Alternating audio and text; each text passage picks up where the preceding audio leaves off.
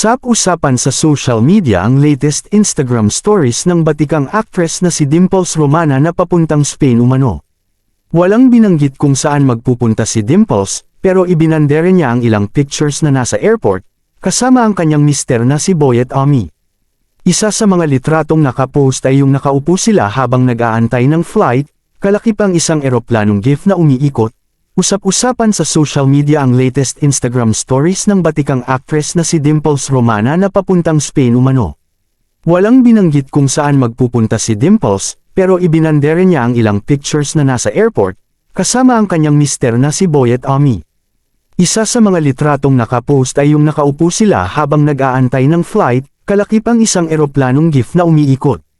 Kasunod nito ang POV ng actress na nakasakay na ng eroplano at may caption pang, "May one na lahat wag lang at alco plus alcohol, kulambo for my fit, and the hobby at Papa Boyten line." Dahil dyan, marami agad ang naghinalang patungong Spain ang aktres para dumalo sa sinasabing wedding ni Bea at Vincent.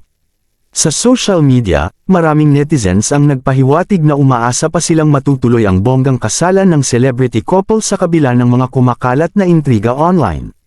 Magugunit ang naging mainit kamakailan ng blind item tungkol sa isang sikat na celebrity couple na di umano'y hindi na matutuloy ang nakaschedule na wedding abroad. May mga chika pa nga na nakahanda ng bumiyahe pa Spain ang ilang celebrities na imbitado sa espesyal na okasyon, ngunit bigla umanong nakatanggap ng balitang naudlot o posibleng na-postpone ang kasalan.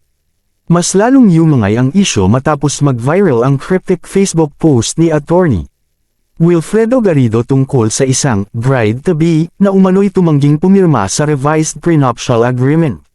Bagamat walang direktang pangalan na binanggit ang abogado, marami agad ang nagdugtong-dugtong sa isyu ni Bea at Vincent dahil sa mga kumakalat na balitang may problema raw sa prenup agreement ng dalawa.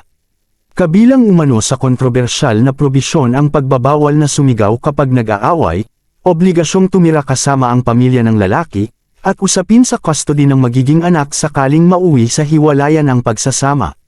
Sa ngayon ay wala pa ring opisyal na pahayag sina Bea at Vincent hinggil sa mga bali-balitang ito.